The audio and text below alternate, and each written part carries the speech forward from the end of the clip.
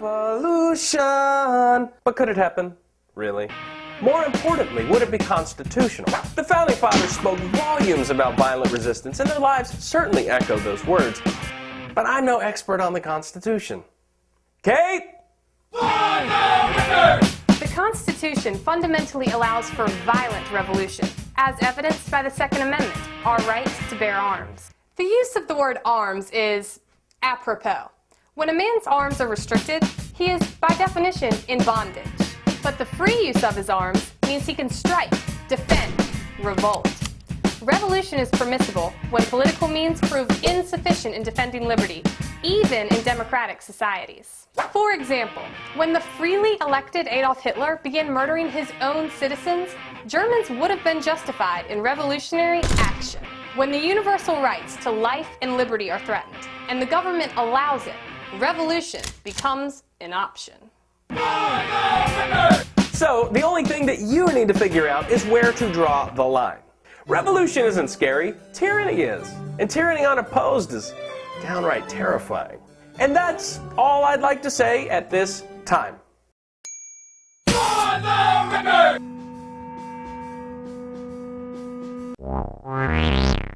USA to have defeated the German Nazis in World War II, because we see it as a political victory for democracy over the concept of a state tyranny. However, what few realize is that this war was only fought by we the people, but was orchestrated, fomented, and commanded on both sides by the conspiracy. The Skull and Bones secret society Yale College campus fraternity had already grown extremely influential and had produced several men already who had entered politics and gone on to hold high offices in U.S. democracy, even while totally committed to not only loyalty to the Bavarian Illuminati's goals expressed as the Protocols, but also to secretly funding Adolf Hitler's Third Reich under the German Nazis. These men were war criminals and national traitors guilty of treason, but despite including many subsequent presidents of the USA, their names are inconsequential footnotes beside the goals of those hidden conspirators who truly ruled the world at that time. Thus, we can say they were the only true winners of World War II, and their ideals, as expressed by Aleister Crowley, their modern-era mouthpiece, have utterly usurped the real goals of the Gnostic Christians and the Hermetic Templar Rosicrucian Freemason Jacobins. The losers of the last aeon have included the words and message of the true historical person of Jesus, which were lost at the time of Constantine to the Catholic message of the crucifixion, superseding the symbol of the ichthos fish with the symbol of the Christian cross. The Templars were the next group to lose, betrayed by the Roman Catholic Pope of the Christian Church for revealing the true Gnostic doctrine of Jesus' own Christianity. The Hermetic Templar Rosicrucianism of Dr. John Dee has also been diluted in meaning and relevance by the Golden Dawn cipher documents, reforming his cult to a new degree system and a New Age religion designed by Aleister Crowley. The original perfectibilist order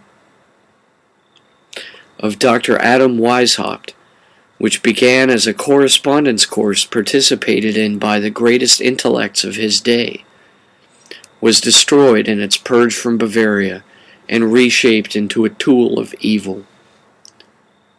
The penultimate losers to the conspiracy over the last aeon are the free and accepted Masons, whose anti-papist origins in Jacobin secret societies has resulted in somehow implicating them in the originally Jesuit conspiracy of the Illuminati to overthrow all democratic governments and replace Christianity with Satanism.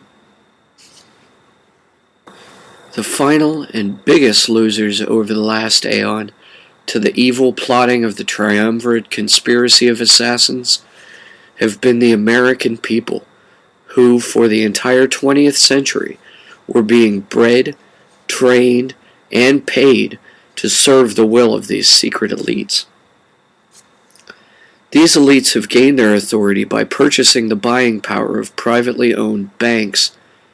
They can loan any sum beyond their own savings and charge limitless interest rates on this loan.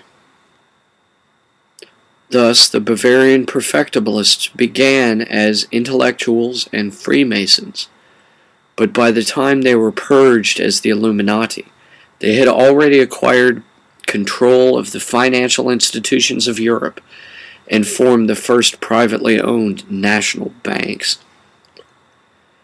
The skull and bones frat graduates of Yale came to occupy most of the offices of highest authority in the U.S. democracy by the turn of the 20th century, and assumed a massive level of control over the military might of the USA by the era of World War I. Following World War I, the United States Congress was forced to adopt a privately owned central bank as the sole no-bid contractor to the national democratic government, and this bank proceeded to crash the U.S. stock market and bring about the Great Depression that would lead America toward further economic dependence. Both world wars were fought to spread the reach and strength of the concept of central banks, and by the end of the First World War, during the ratification of the Treaty of Versailles that would financially bankrupt Germany and allow the Nazis to usher in World War II, the members of the First Federal Reserve Board of the U.S. partnered with their European counterparts to form the Council on Foreign Relations, or CFR. As their influence expanded across Asia as well, by the 1940s, the conspiracy expanded its Round Table think tank's membership to include Asian nation representatives, and the result was the formation of the Trilateral Commission. Other organizations, such as the Media and Political Organizing Bilderberg Group, below the CFR, and the above top secret level alien cover-up group called Majestic 12, below the Trilateral Commission, are so confidential they do not even have emblems. All the living members of these round table think tank occult political groups worship together annually at a resort called the Bohemian Grove Camp, where they practice ritual human sacrifice to a giant statue of an owl symbolizing Malak.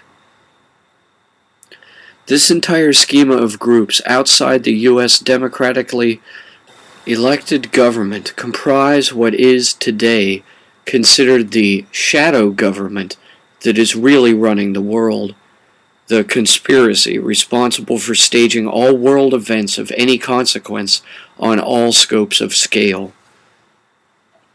Following the neocon coup d'etat during the staged recount of the 2000 elections for U.S. president, when the grandson of a Nazi sympathizer, son of a skull and bonesman, George W. Bush, was appointed to a democratically elected position by the U.S. Supreme Court, despite not having been elected by Democratic votes, the shadow government became the de facto rulers of the USA. It is worth a brief examination of how these occult round table groups have assumed power over the democracy of the USA, since they represent the globalist agenda of the international conspiracy to destroy democracy and all national sovereignty and replace them with a single global king. The shadow government conspiracy we know of as ruling behind the scenes today was not always believed to be the natural result of an inherent and exploitable flaw in U.S. constitutional concepts of American democracy as it is seen as today. Originally, U.S. constitutional American democracy was a working concept that had no need of a central bank nor any form of direct taxation, such as income tax, to fund its public works projects. Smaller government meant a larger private sector, and eventually corporations began to outlast their government contracts.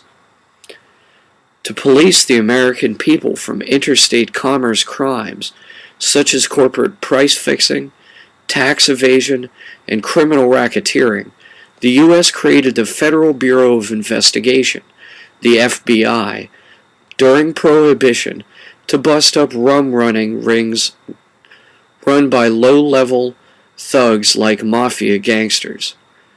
The logo of the FBI was the shield of the Justice Department. Following World War II, many of the Nazi funders and skull and bones men who owned the U.S. Federal Reserve Central Bank founded the U.S. Central Intelligence Agency, the CIA, to spy on the enemies of America in foreign countries, namely the Soviet Russians who came to power following the Rockefeller funding of the Red Revolution under Vladimir Lenin.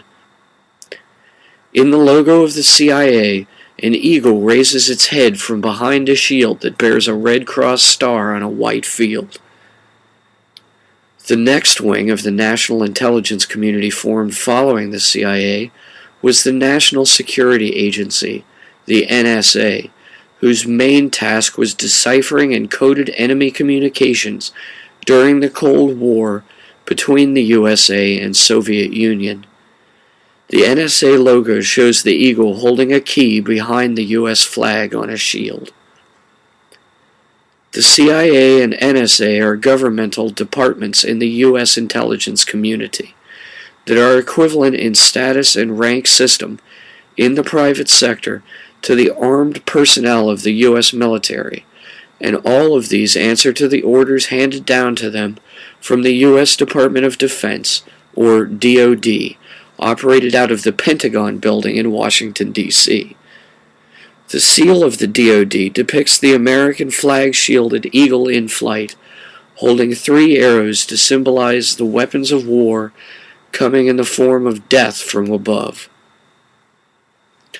The intelligence community and armed services under the DoD and the Pentagon in turn answer to the Commander-in-Chief of the entire U.S. government, the democratically elected President of the USA. The seal of the Executive Office of the U.S. is almost identical to the front of the Great Seal of the U.S. and shows the eagle aloft bearing a banner in its beak reading E pluribus unum, meaning one for all, and holding in its talons a bundle of arrows in one and a bundle of olive branches in the other.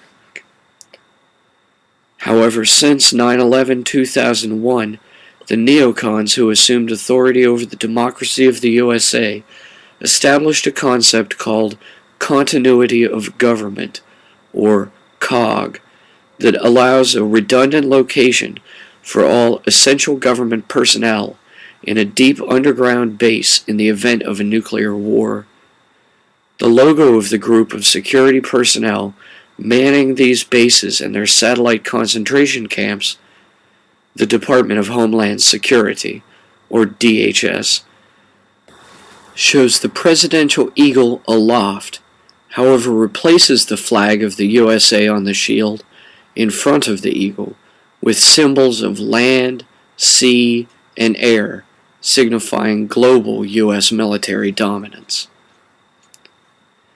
The neocons adopted a variation of the U.S. flag as their logo, but enacted the legislation of warrantless wiretapping, kidnapping to and torture at secret death camps of suspected terrorists who are not only citizens of foreign nations, but include also citizens of America as well. The neocons of the W. Bush administration are not loyal to the U.S. Constitution of American democracy they took their oaths of office to protect, and do not value democratic ideals, but instead value the ideals expressed in the protocols and swear allegiance in secret at Bohemian Grove to the conspiracy of assassins. The neocon shadow government mechanism remains attached to the U.S. constitutional American democratic government in the form of these alphabet soup agencies even now in 2011 AD.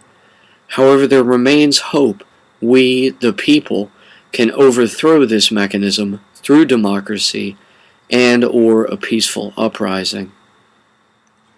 The conspirators' worst fear is exposure for their crimes against humanity, and for their collaboration with their alleged enemies in behind-the-scenes backroom shady deals to defraud the people and render them into slaves under a one-world king. The conspirators must remain in hiding, operating their key players from behind the scenes for their conspiracy to be successful.